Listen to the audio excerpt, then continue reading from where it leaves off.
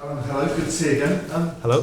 What's it been like these last few days back in Palace? What sort of welcome have you had? Well, the most important welcome was the training ground, really, with the staff and players who have been fabulous in terms of telling me what's been going on and what they feel they need, because that information is very important for a manager. So I've been really pleased with their response. The work we've done leading up to Dover and then after has been good. Players have a tremendous attitude at this football club, and that's been really pleasing. It is very early days, but can you say what sort of challenge you think lies ahead for you here? Well, I think we've got a tough challenge. You know, we find ourselves in the bottom three at the moment, 18 games to go, and our home form not good. So we need to make sure that we try and turn our home situation into a positive for us. I think in terms of the players, I think they need a lift. Hopefully my arrival and maybe a signing or two could do that. And then I think hopefully we can go on a run that gets us at least to safety, because I think realistically this year, although there was a terrific ending under Tony last year, I think realistically one place above relegation will be enough this year for us to build this club again with the finance that comes available through that. Do you have a sense at this stage just how many points might be needed for safety this year? No, I don't think so. But you know, I don't think it's far away with the mark somewhere between 35 and 40. It's going to be in there. So you have to legislate really that 40 is your mark in the Premier League, and so therefore somewhere around that region we have to aim for. I think there's definitely a feeling amongst the players, an inner feeling that they can do it, and that's a good thing, because you need that belief to start building. There have been one or two reports about players that have been linked to you, and I know you said new faces you'd like to bring in. Is there anything you can say about Bartemi Gomez, the Swansea striker, this report of maybe a £9 million club record offer? Well, of course, I can't say anything about the financial side of the game this morning, because I think that's unfair on any club that we're talking to. I think the chairman and the board here are keen to try and bring a player or two, and I know they're working hard towards that. For us, we have to wait and see on that side. It's very complicated in the Premier League to secure a player, particularly a striker. Of course, yeah. But I mean, the fact that a club record fee is being talked about, is that the kind of backing that you were hoping you would get? Because that's some statement, isn't it? Well, of course, and you know, I spoke to Steve on my arrival here, and after they initiated the transfer, that you know we're going to need some funding, because we need to get new players, and he gave me the assurances that he would do his very, very best to do that. Looking ahead at your first Premier League game in charge, it's a real high-profile game. It's live on Sky against Tottenham. I mean, what are your thoughts about that? Well, you know, I think it's important that you have to understand that when you're fighting relegation, you don't want to hit teams in red-hot form, and Tottenham are. So, not the greatest of starts. They were terrific against Chelsea. I think the fact that the Europa League campaign has closed down for this period has helped them, because that's a huge factor, as we suffered at Newcastle with that. And this is a great period for them. We're going to have to try and knock them off their stride. I'm hoping to put real belief in the team. I think the pitch is going to be in the equation, because it's a new pitch. We're not familiar with it, and nor are they. And that might play a factor. But all those factors, I hope, point to a win for us. And I know, what I do know is from the welcome I've had and ex-players and fans that I know, that the place is going to be jumping for us, and we need to exploit that. Good, Mark. Alan, you mentioned the challenge ahead. How much are you looking forward to the challenge of keeping Palace up? It's different to what you've had in the past, I guess. Oh, you know, I've had experience of it at Charlton, and in 1 year, just briefly at Newcastle when we was in the Europa League and we struggled with the size of our squad. It's difficult. You know, you're trying to get victories against teams that can dominate possession.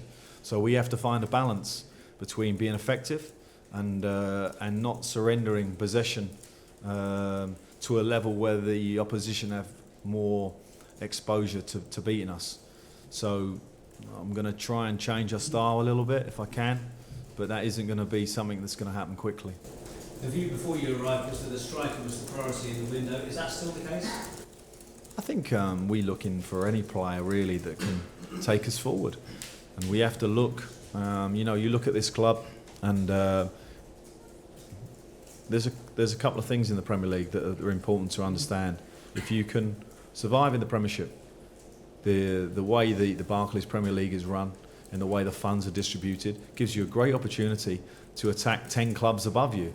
So, we can come off an even kill, perhaps with 10 or 12 clubs next year, maybe even 14, if we can stay up. And of course, that is our priority.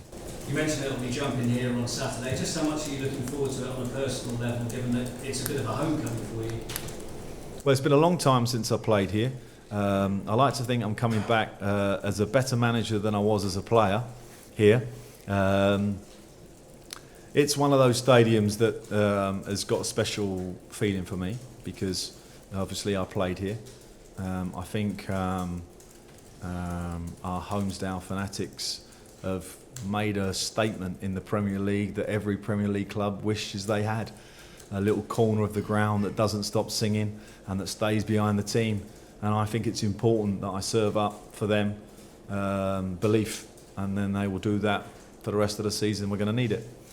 The rest of the stadium follows suit, and we got to try and create some pressure here and some momentum that gets us victories. You have to, it's always in the back of my mind, Alex Ferguson telling me that, the most important thing in the Premiership is momentum, and at the minute we don't have that, and we got to try and get it. Are you quite keen to get your business done early in the transfer window, and is that likely? It's really a difficult question for any manager in the Premier League because you're in the hands of agents and chairmen and financial people, and it can take time, and there's a lot of things to be covered. So intelligently, what I would like to say is yes, that's possible. But if we have to wait till the last day, we're going to have to wait.